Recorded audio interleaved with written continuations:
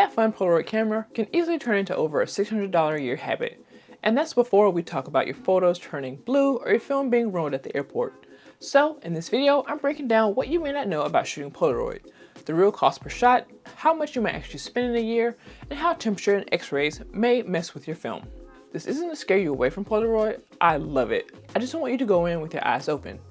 Let's start with the one that hits the hardest: cost.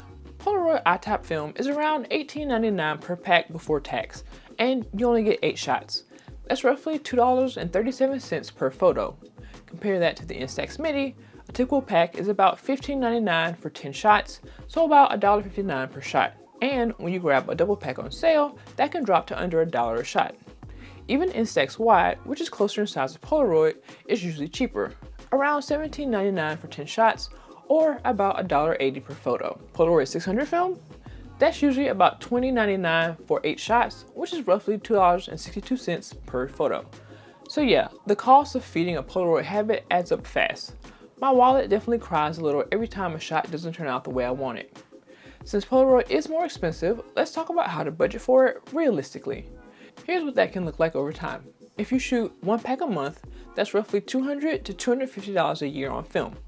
If you shoot 3 packs a month, which is easy if you bring your camera to friends' events, holidays, and trips, now you're looking at around $600 to $750 a year just on Polaroid film.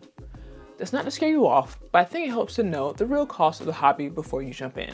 One way to manage it is to treat Polaroid like a special occasion camera. Use Instax or digital for everyday shots, and save Polaroid for trips, portraits, or moments you really want to feel special.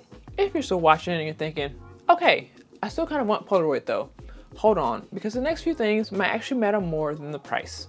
Next, let's talk about Polaroid's temperamental film chemistry. The original Polaroid company went bankrupt in 2001, and some of the old machines and equipment just don't exist anymore. The Polaroid we have today exists thanks to the Impossible Project, but the film is not quite the same as the old school Polaroid film. Today's Polaroid film is more sensitive to temperature and light. When I lived in colder climates, I had Polaroids develop with this bluish tint just because it was so cold outside. In hotter weather, I've had photos come out with more of an orange or magenta tint. I rarely have these issues with Instax. It tends to be a bit more consistent. Polaroid is also very sensitive to sunlight while it's developing. After the photo ejects, I like to let it sit under the frog tone or flip it face down for at least 15 seconds so the sun doesn't wash out the colors. So if you live somewhere really hot or really cold, or you shoot outside a lot, just know Polaroid is going to be a little more dramatic than Instax. Now, if you love to travel, this part is really important, especially if you like to fly. Polaroid film is already more sensitive and a bit more unstable than Instax, and that also means it's more likely to be ruined by strong X-ray scanners. A lot of airports are switching to newer CT scanners.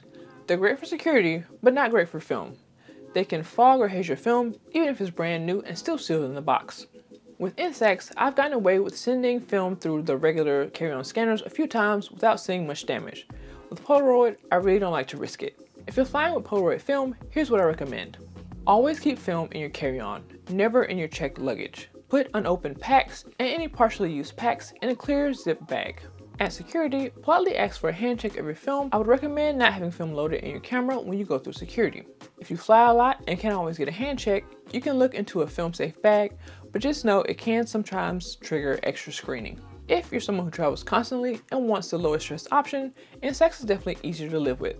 If you're committed to Polaroid, you just have to treat your film like the delicate little diva it is. Also, consider buying film at your new location. Another reason to think about whether or not to shoot Polaroid is the Polaroid cameras are chunky. Old or new, they take up space. These are not, generally speaking, the throw in your jeans pocket and forget about it cameras. Most of the time, I either need a large tote or backpack, or I'm just wearing the camera around my neck. It's not the end of the world, but it does make traveling with Polaroid, or just walking around with it all day, a bit more annoying. There are slimmer models like the XX70, but what you lose in bulk, they gain in length. And once you add a flash or a sonar attachment, it gets even longer. If you want something small and portable, Instax Mini or even an Instax PAL will feel a little more convenient. There is one caveat for the Polaroid camera, and that is the Polaroid Go or Go 2. This is Polaroid's kind of answer to the bulkiness or the length of some of their larger full-frame cameras. My next reason may be a little nitpicky, but hear me out. For almost all of my Instax cameras, I can find a clear acrylic case and a lens cap. That means I can toss them in my bag without thinking, and I don't have to worry as much about scratches or scuffs. With Polaroid, that's a lot harder. For example, I have a white Polaroid flip and it gets dirty so easily. A clear case would be perfect so I could protect it and still see the design, but those options are really limited.